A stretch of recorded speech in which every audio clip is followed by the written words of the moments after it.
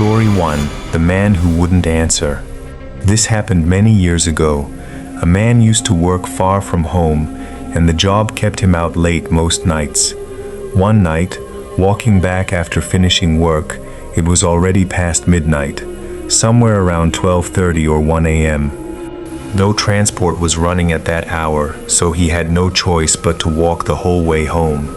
Partway through his walk, the road passed alongside the town's old graveyard. As he passed, he noticed something strange. Someone dressed entirely in white, sitting inside the graveyard, quietly reading scripture aloud.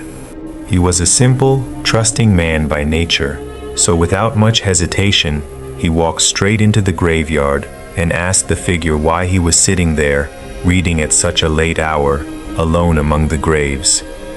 The man didn't answer. He simply kept reading, exactly as before. He asked again, "Who are you? Why are you here this late? Don't you have a home to go to?" Still nothing, no response at all. And that's when a chilling thought crossed his mind. An ordinary person wouldn't be doing this at this hour, and if they were, they'd at least respond when spoken to directly. The fear hit him all at once. Without thinking, he turned and bolted for the road, calling out to God as he ran. By sheer luck, a passing cart happened to be right there, and he climbed on without a second thought. As the cart pulled away, he glanced back toward the graveyard, and the figure in white was standing now, staring directly at him. Its eyes were glowing a deep, blazing red, unmistakable even from that distance. A harsh voice called out after him, "I was just reading here. What's your problem? Why did you have to bother me?" Strange thing was, no one else around him ever saw any of this. Only he did. The cart eventually got him close to home, but the last stretch of road had to be walked. No vehicle went all the way in. That final path ran near a pond, surrounded by a small cluster of orchard trees. As he approached, he found one of the trees lying flat across the road, completely blocking the way, impossible to climb over or go around. He understood immediately this wasn't natural. Something supernatural was at play. With no other option, he stood right there and began pleading out loud, "Please forgive me. I didn't understand. I never meant to disturb you." He repeated his apology over and over. And then, right in front of him, the fallen tree slowly straightened itself back upright, on its own, and the path cleared completely. He didn't waste another second. He ran the rest of the way home. Thankfully, he was close enough that he made it quickly, and after that night, nothing like it ever happened to him again.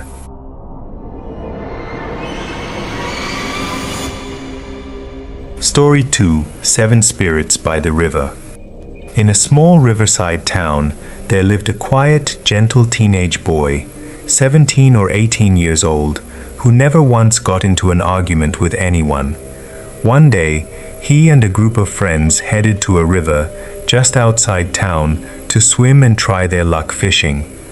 The river marked the border with the neighboring country, and a few families lived along its banks, using it daily for washing and bathing. That day started completely normal. One by one, his friends finished swimming and climbed out of the water, but he stayed in. Maybe he was enjoying himself too much, or hoping to catch a few more fish. The water only came up to chest height at that spot. There was no real danger of drowning. A few people were visible in the distance, but no one close by. Then, without warning, something seemed to take hold of him. He started thrashing wildly in the water, flailing and jerking as if he'd completely lost his mind. The few friends still nearby grew terrified. None of them dared get close enough to pull him out, worried that whatever was happening to him might happen to them too. After several long minutes of this violent, uncontrolled thrashing, he suddenly went limp and collapsed into the water, unconscious. The people watching from a distance ran for help, and eventually someone pulled him out and got him to a nearby house. His hands and feet had gone ice cold, his face completely drained of color. After resting a while, he regained consciousness, and that's exactly when the real nightmare began. The moment he came to, he let out a piercing scream.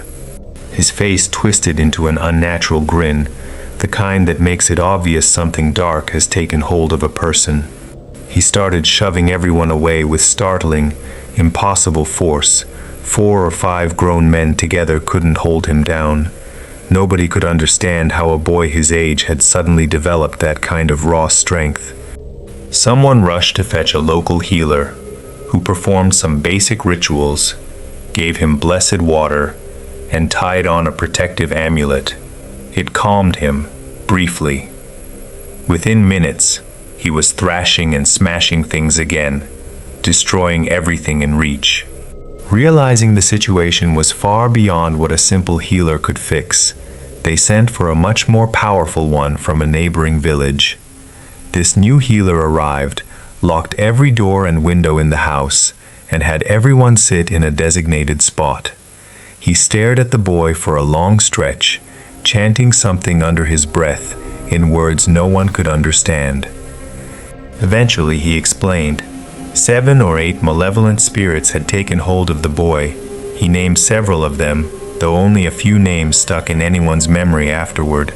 The healer tied an amulet to the boy, and after prolonged chanting, the boy gradually went still.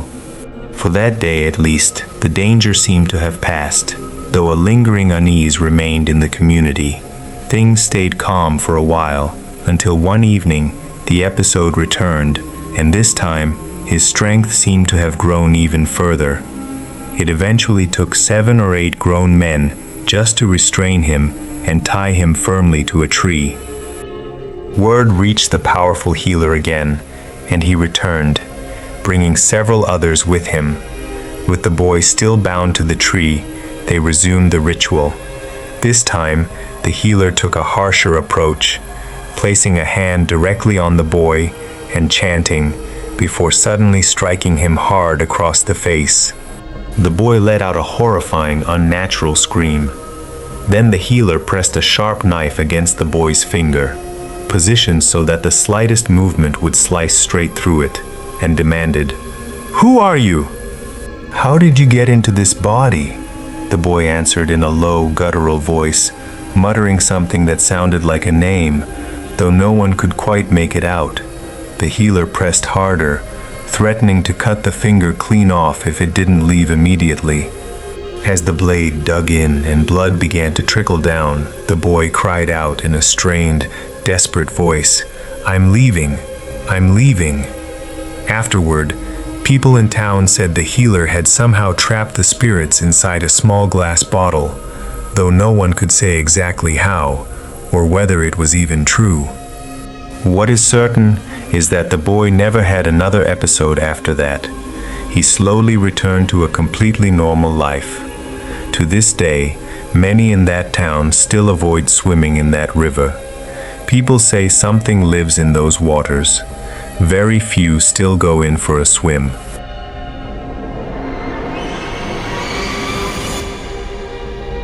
Story 3. The Old Well. A group of school friends had heard the local legend about an old well near one of their houses, that an elderly woman had once been murdered and thrown down into it, and that her spirit still lingered nearby. Curious, and a little thrilled by the idea, 7 or 8 of them decided to bike out together one afternoon to see the well for themselves. By the time they arrived, it was nearly evening. The friend who lived closest to the well kept warning the group. He said the area gave off an eerie feeling sometimes, and that he'd personally heard a strange scream from there once before. Most of the group laughed it off, joking that nothing was going to happen. The well sat in an overgrown, secluded spot, the air noticeably cold despite the season. Someone in the group warned, only half joking, "Whatever you do, don't spit into the well. That's supposed to bring bad luck." One of the narrator's friends immediately turned it into a dare, pulling out a 100 taka note and betting he wouldn't actually do it. Not wanting to look scared in front of everyone, The narrator agreed, walked up to the edge alone, leaned over the dark opening, nothing but blackness below, no water visible, and spat in. Nothing happened. A few seconds of total silence. He collected his winnings, and the group started laughing it off, getting ready to head home. It was around 6:30 or 7 in the evening, and that's when they all heard it.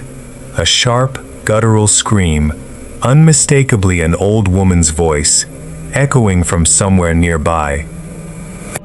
The friend who lived closest to the well immediately said he couldn't take it anymore and started heading home. The rest, shaken, tried convincing themselves it was just an animal. Still, curiosity, or maybe bravado, pushed them to walk back toward the well to check if the sound had come from inside. The laughter from earlier was completely gone. Then one of their phones rang, a parent calling, urgently telling him to come home immediately. He left right away, shrinking the group down further. It was fully dark now, only moonlight to see by, and everything looked hazy and indistinct. Then the scream came again, closer this time, and even harsher than before. Everyone froze. Someone said, "Let's just run." Someone else said, "No, let's see what happens." The friend closest to the well snapped, said he genuinely couldn't do this anymore, and backed away, leaving the rest to edge closer to the well on their own. The narrator's heart was pounding, eyes darting around, trying to read the fear on everyone else's faces. Then came the scream again, and with it, a sudden violent gust of wind swept through the area, out of nowhere. Moments earlier, the air had been completely still, not even a leaf moving. Everyone bolted, running in every direction, terrified. In the chaos, the narrator's foot caught on something, and he went down hard. And in that instant, he felt it, an ice-cold hand gripping his leg. Pure terror hit, and he blacked out completely. He remembers nothing after that. When he woke up, he was home, his parents standing over him along with a couple of friends, waiting for him to regain consciousness. His mother scolded him, furious and terrified in equal measure, demanding to know why he'd gone there in the evening at all. The next day, once he'd recovered enough, he met up with his friends and asked what had actually happened after he blacked out, how they'd gotten him home. What they told him, he still struggles to fully believe. They said that the moment he hit the ground, they saw something, an invisible, shadowy shape, gripping his leg and dragging him toward the well. Terrified but refusing to give up, they grabbed his arms and pulled with everything they had, tearing him free from whatever had hold of him. Right as they broke his leg loose, a horrifying scream tore through the air. They believed the entity had been trying to drag him back into the well itself. Somehow, together, they managed to pull him clear and carry him home. Hearing this left him completely cold inside. He has no memory of any of it himself, no way to know if his friends told him the truth or exaggerated it into something scarier than it was.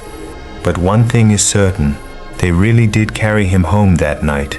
He still can't explain what happened, and he's never found any reasonable explanation for it. To this day, people avoid that old well after dark. Some say you can still hear crying or screaming if you get too close.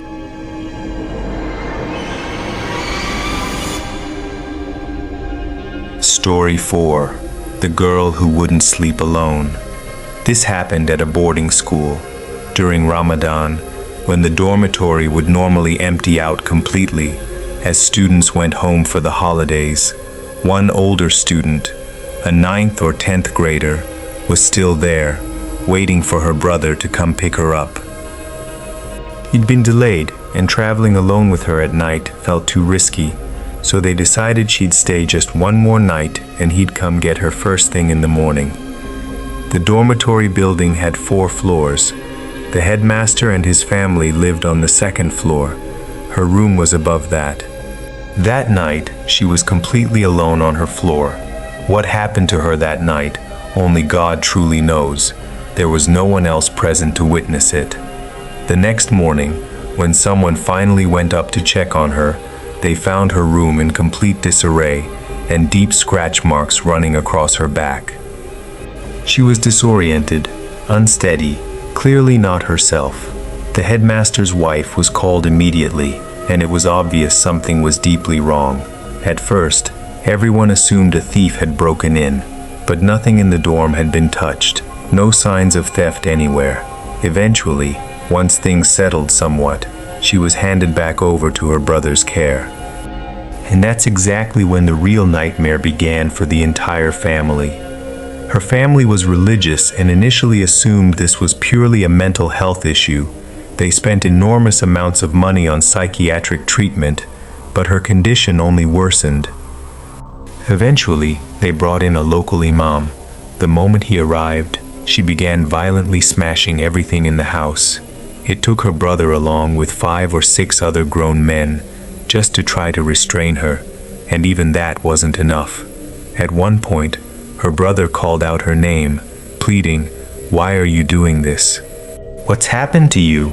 she responded, in a voice that wasn't her own. "Let go of me. Don't be disrespectful." When he protested that she was his own younger sister, calling him by his first name, she let out a booming laugh and said, "Do you even know how old I actually am? I'm older than your grandfather." The imam performed ritual after ritual, trying to drive out whatever had taken hold of her, with little success. After about a month and a half, she returned to something closer to normal, but whenever the entity wasn't actively controlling her, she'd become severely weak, barely able to eat. During episodes, she destroyed every piece of glassware in the house, but always announced it first, in an eerily polite tone, "Mom, I don't like this cup anymore. Can I throw it away?" and then smash it instantly. She cut apart every piece of clothing in the closet. During meals, she'd eat 5 or 6 full plates at once. The family tried repeatedly to arrange a marriage for her, but every time a prospective family came to see her, she'd announce she was already married. She said that if she skipped prayer, he, the spirit, would beat her, and she'd show everyone fresh bruises and welts as proof. Strangest of all, wounds that should have taken days to heal would completely vanish within 2 or 3 hours. To this day, she remains exactly as she was during that period. No lasting recovery.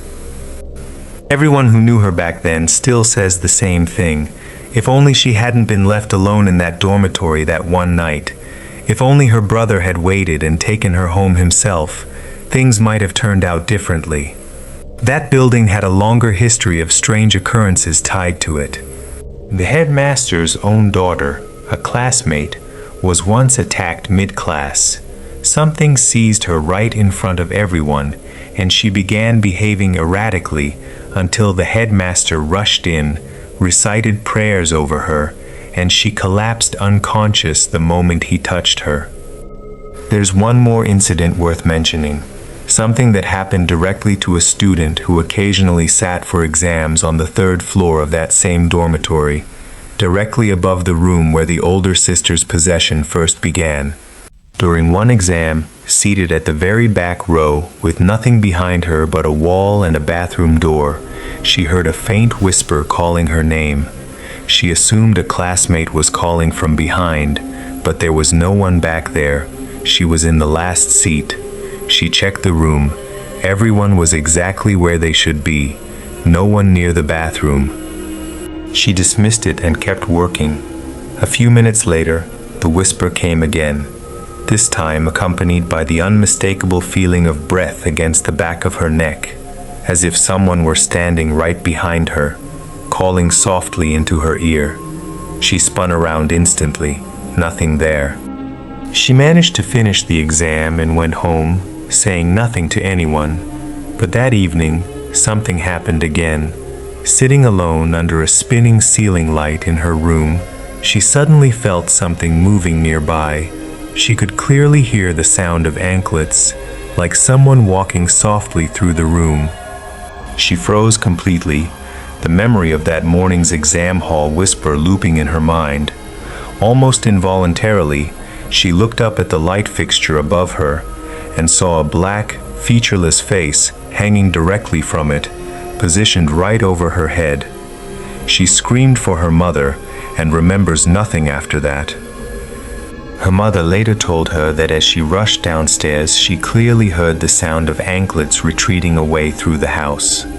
The family immediately consulted the imam and had that particular room sealed off.